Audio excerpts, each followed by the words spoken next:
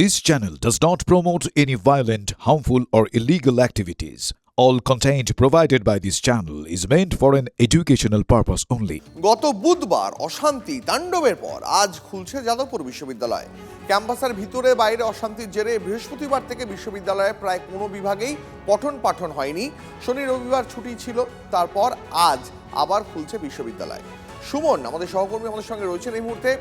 সুমন, তুমি টানা যেমন দেখাচ্ছিলে অশান্তি তাণ্ডবের পর, তারপরে দুই পক্ষের মিছিলের পর প্রচুর পুলিশ মোতায়েন ছিল, আজ আবার ইউনিভার্সিটি খুলছে, নতুন করে কোনো অশান্তির কি কোনো আশঙ্কা থাকছে?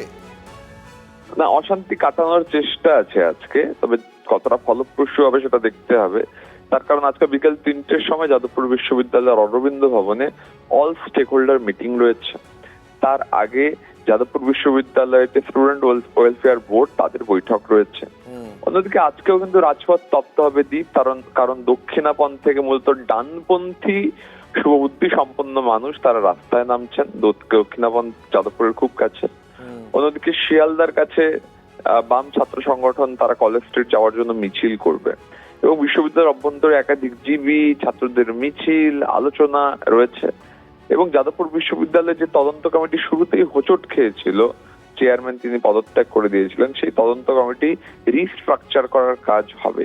অর্থাৎ একদিকে যখন এই আপডেট গুলো রয়েছে, অন্যদিকে পুলিশি তদন্তেরও কিছু একটা বিষয় রয়েছে। হয়তো যাদবপুর বিশ্ববিদ্যালয়ের তদন্তে আসতে পারে যাদবপুর থানার পুলিশ। সব নিয়ে আজকে সারাদিন যাদবপুর সরগরম থাকবে। একেবারেই, আমাদেরও নজর থাকবে। ধন্যবাদ সুমন।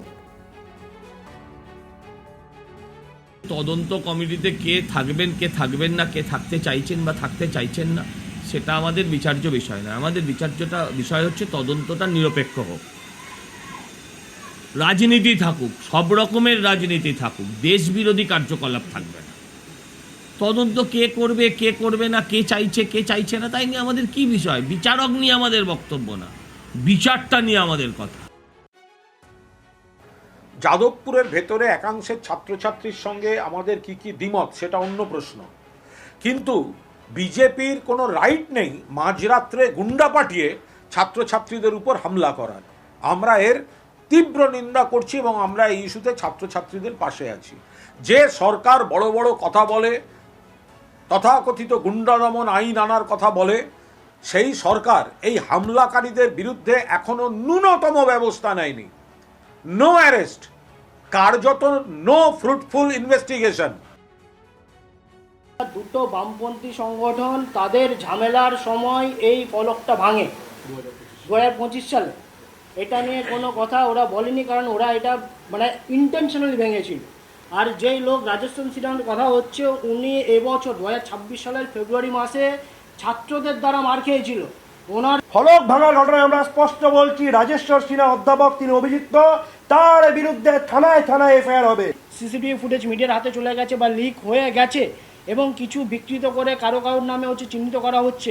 এই টোটাল ব্যাপারটার জন্য আমরা ল অ্যান্ড অর্ডার মেনটেন করতে না পারার জন্য রেজিস্ট্রারের পদত্যাগ দাবি করছি ইমিডিয়েট বেসিসে। যে শতরূপ ঘোষ যাদবপুর ইউনিভার্সিটির কোনোদিন চৌকাঠ পেরোয়নি পড়াশোনার জন্য, সে আমাদের প্রেসিডেন্ট নিখিল দাস, যে সিভিল ইঞ্জিনিয়ারিংয়ে বিটেক এমটেক যাদবপুর বিশ্ববিদ্যালয় থেকে এখন পিএইচডি করছে, তার বিরুদ্ধে কোন শিক্ষার পরিমাপকাঠিতে দাঁড়িয়ে এই ধরনের অসভ্য মন্তব্য প্রকাশ করতে পারে?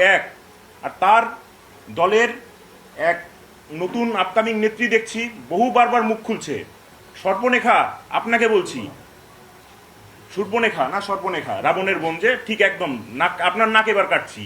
আপনি ফিলোসফি ডিপার্টমেন্টে ইউজি করেছেন, পিজি করেছেন, সেই ডিপার্টমেন্টে নেট সেট কিচ্ছু পাননি। আপনি বালিগঞ্জের ক্যান্ডিডেট ছিলেন এমএলএতে সিপিআইএম এর, আপনার নাম নেব না আমি, আপনাকে আমি প্রাসঙ্গিকতা দেবো না, লোকজন খুঁজে বের করবে আপনাকে। সিনহা যাদবপুরের এত বছরের অত্যন্ত পরিচিত অধ্যাপক, আমাদের সকলের অত্যন্ত ভালোবাসার মানুষ, ছাত্রছাত্রীরা পছন্দ করে তাকে। তিনি বিভিন্ন গুরুত্বপূর্ণ প্রশাসনিক দায়িত্ব সামলেছেন যাদবপুরে। আমি তো দেখছিলাম তিনি মিডিয়ায় ফলকটা হাতে নিয়ে তিনি দেখাচ্ছিলেন, বলছিলেন যে এটা নন্দলাল বসুর তৈরি করা এই এমব্লেম, সেটা এইভাবে ভেঙে দিল। সবাই দেখেছে তো কারা ভেঙেছে, কারা গিয়েছিল গুন্ডামি করতে, কারা ভাঙচুর করেছে, কারা ওই ফলকের ওপরে পা দিয়ে দাঁড়িয়ে গালিগালাজ করেছে যাদবপুরের ছাত্রদের। এবং আইরনিক্যালি ফলকের মধ্যে পদ্মের অংশটা ভেঙে গেছে। নন্দলাল বসু আমাদের দেশের সংবিধানের ছবিটি এঁকেছেন। তার পরিবারকে কয়েকদিন আগে বড়রা এসআইআরে বাদ দিয়েছিল, এখন ছোটরা গিয়ে তার আঁকা এমব্লেম ভেঙে দিল।